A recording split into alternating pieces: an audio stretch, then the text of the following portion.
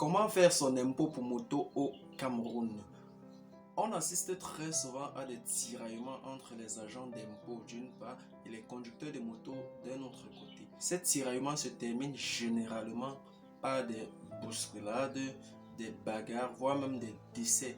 Dans cette vidéo, je partage avec toi comment tu peux faire ton impôt pour moto afin d'éviter tout accrochage avec les agents d'impôt et de pouvoir rouler en toute liberté. Comme d'habitude, si tu es nouveau, je vais te demander de t'abonner et surtout active la cloche de notification pour rester informé des activités sur cette chaîne. On se retrouve juste après le générique.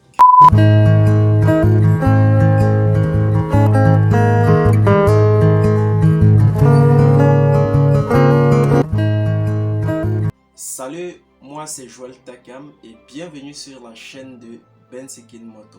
Ici, je te parle de culture, de vidéos, de stratégie et surtout de motos parce que c'est un secteur qui regorge tellement de jeunes et pour développer un pays, on a besoin de sa jeunesse. Dans cette vidéo, je partage avec toi comment tu peux faire ton impôt pour moto afin d'éviter tout accrochage avec les agents d'impôt. Tout d'abord, l'institution chargée de collecter les impôts pour moto au Cameroun s'appelle la mairie. C'est dans une mairie que tu dois te rendre si tu veux réaliser ton impôt. Quelles sont les pièces nécessaires à la réalisation de ton impôt? Tu auras besoin de la facture d'achat de ta moto. C'est un document, dès que tu achètes la moto, le vendeur te rend ta facture.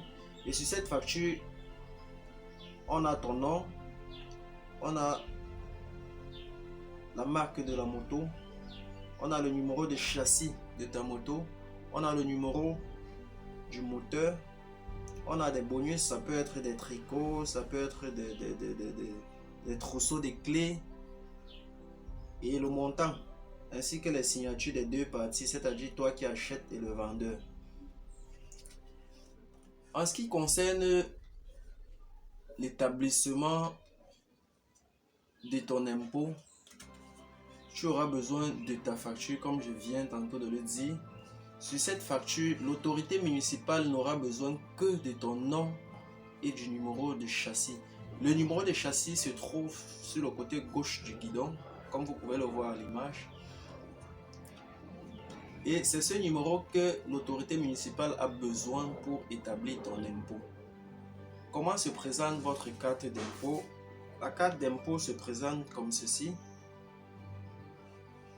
Vous voyez là, c'est écrit carte taxe de stationnement et impôt libératoire. Sur ça, vous avez les différentes mairies. Vous avez l'exercice budgétaire l'année. On est en 2022. Et à l'intérieur, vous aurez votre nom, vous aurez la nationalité, vous aurez la nature de l'activité, le montant de la cotisation annuelle, la nature de l'activité qui est la moto, la catégorie A2, vous aurez la zone de littoral, vous aurez le montant de la cotisation annuelle qui est de 16 000 francs par année, le numéro d'immatriculation de châssis, comme je venais tantôt de le dire. Vous aurez votre ville qui est Douala pour moi. Et ici en bas, les 16 000 francs par année sont divisés en 4 trimestres. On a le premier, deuxième, troisième, quatrième trimestre. Ici, si vous le constatez, on a mis le timbre sur le troisième trimestre parce que j'ai voulu payer cet impôt pour faire cette vidéo et partager avec vous. Étant donné que beaucoup de personnes me demandaient comment faire son impôt, j'ai payé l'impôt pour suivre étape par étape, savoir le cheminement afin de partager avec vous. Vous allez vous rassurer que le timbre du trimestre que vous êtes en train de payer, dont le timbre soit collé sur le trimestre que vous êtes en train de payer. Parce que si l'autorité municipale met le timbre sur le trimestre numéro 2, alors qu'on est au troisième trimestre, pendant que vous allez circuler avec votre moto, vous aurez les difficultés, vous serez interpellé par les agents d'impôt.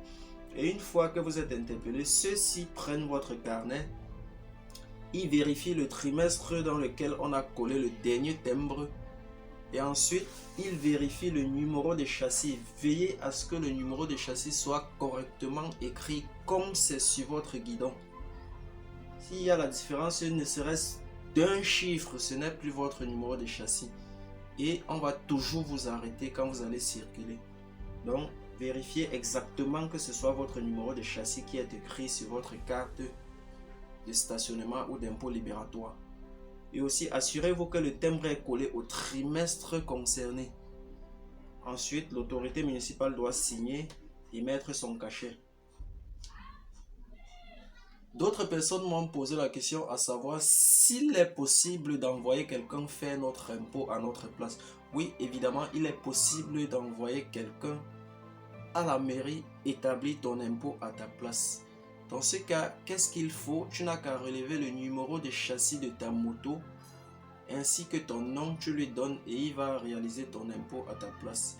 En d'autres termes, tu peux effectuer la photocopie de la moto, la photocopie d'achat de ta moto et tu lui donnes avec les frais parce que ça coûte 4 000 francs par trimestre et on a 4 trimestres, ce qui fait 16 000 francs à la fin d'année.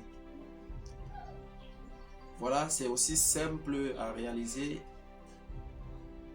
C'est tout pour cette vidéo et si cette vidéo t'a plu, n'hésite pas à me lâcher un gros pouce, ça m'encourage à donner des vidéos pareilles et surtout n'hésite pas à t'abonner et activer la cloche de notification pour rester informé des activités sur cette chaîne. Merci et dans une autre vidéo.